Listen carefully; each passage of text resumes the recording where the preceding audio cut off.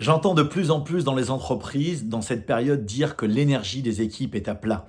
Et beaucoup de dirigeants et de dirigeantes se disent comment la réactiver et retrouver cette énergie. J'ai une très bonne nouvelle à vous annoncer. C'est que nous en avons tous un stock illimité d'énergie en nous. Oui, oui.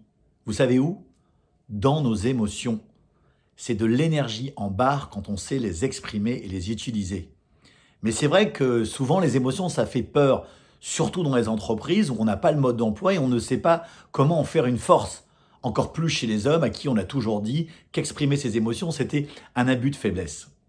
Les émotions, tout le monde en a, c'est universel, on en ressent tous chaque jour. Étymologiquement, émotion, c'est ex movere, avant le mouvement. Donc, c'est par essence une production d'énergie pure qui se manifeste dans le corps et dans la conscience et qui ne demande qu'à être libérée.